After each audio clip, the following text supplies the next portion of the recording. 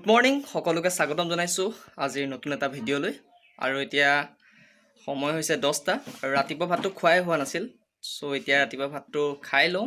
ভাতটো খোৱাৰ পিছত মানে কি কৰিম, পিছফালে যিটো আমাৰ পুখুৰী আছে তাত অকণমান বৰশীটো পাম, অকণমান টাইমো পাছ হ'ব আৰু যিহেতু আমনি লাগিছে থাকি, চ' অলপ বৰশীটো পাম।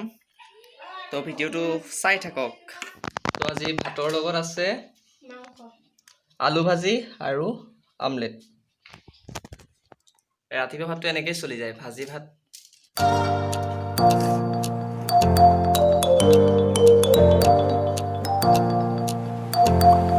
হে গাইজ, থাকি থাকি মানে একেবাৰে আমনি লাগিছে। চ' ভাবিছোঁ আজি আমাৰ পিছফালে থকা পুখুৰীটোতে অলপ বৰশীটো পাওঁ, টাইমো পাছ হ'ব আৰু ভাল লাগিব মাছ দুটামান উঠিলে।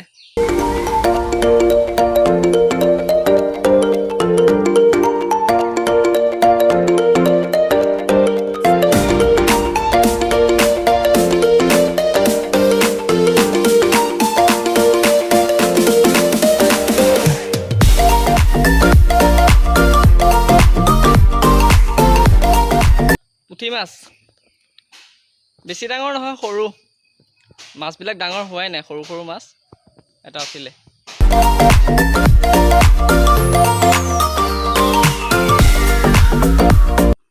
আৰু আমাৰ ঘৰৰ পিছফালে থকা বাৰীখনলৈ মানে তামাম বান্দৰ আহে, প্ৰায় সদায় আহে বুলি ক'ব পাৰি। আৰু আজি ৰাতিপুৱাই আহিছে, দেখাই আছোঁ ৰ'ব আপোনালোকক।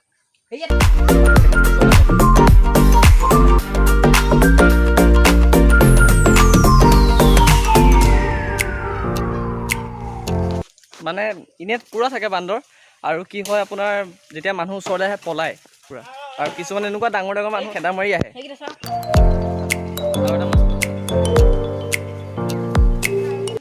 এই দুপৰীয়ালে এইকেইটা এইটো আৰু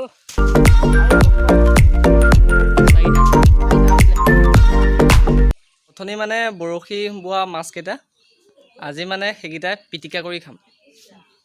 মানে কি হয়, মাছৰ পুৰা পিটিকাটো খাই ভাল লাগে, ভজাতকৈ পুৰা পিটিকাৰ টেষ্টিটো বেলেগ। চ' মই মাছকেইটা এনেকৈ চিলাই ল'লোঁ আৰু ইয়াৰ পিছত পুৰিম।